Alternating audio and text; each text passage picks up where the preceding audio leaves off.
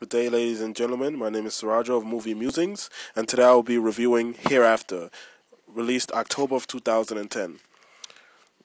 It's directed by Clint Eastwood, starring Matt Damon, Cecile DeFrance, Frankie McLaren, George McLaren, Bryce Dallas Howard, Jay Moore, Martha Keller, and Thierry Neuvik.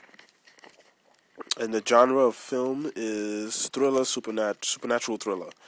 So the official synopsis is Clint Eastwood directs the supernatural thriller about three very different people and their responses to death, including a hesitant American psychic named George, played by Matt Damon, who may be able to help the others find answers in peace. Marie, played by Cecile DeFrance, is a French journalist caught up in the after effects of the devastating 2004 tsunami.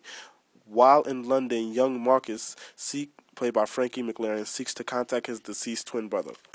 So, overall, I'm going to start with the actor's performance. The actor's performance was great. Matt Damon, I enjoy watching him as an actor on film. All the other actors and actresses, Cecile DeFrance and Frankie McLaren, their performance was great as well.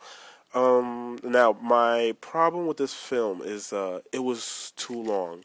I felt that it was it was longer than it needed to be. At one point, I actually did fall asleep for a moment. Christina did have to wake me up. And normally when I fall asleep in movies it's because I'm getting bored. And this movie kind of did that to me because, there was just dragged out for no reason. Like, it was a 2 hour and almost 20 minutes film, I think. And I just felt like there was no need for it to be that long. Yes, there's three different individuals, and we have to see their life from three different points of view. So obviously, we kind of they have to let us see a bit of character development. But I think even with the amount of character development that they did and the length of the film, there wasn't enough. Not enough to have me invested fully in any one of the characters. Yes, I did know the characters' difficulties and their struggles, but it didn't give me enough time to be fully invested in one particular character. And I felt like it was pretty predictable, and I kind of knew what was going to happen at the climax, but the climax was definitely anticlimactic.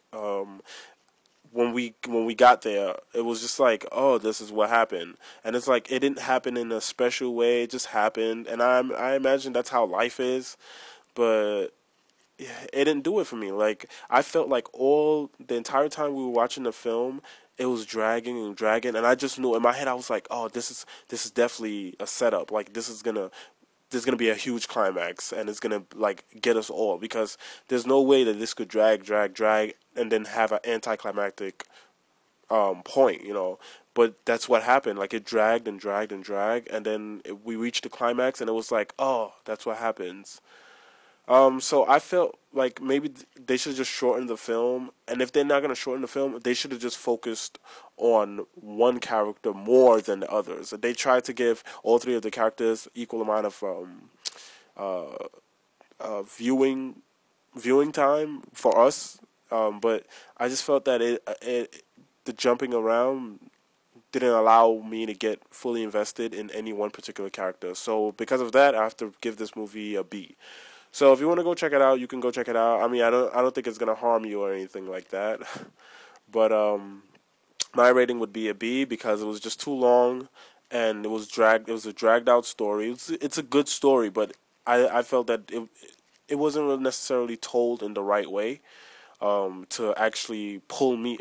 Well, I guess in the right way for me to be fully invested in the film.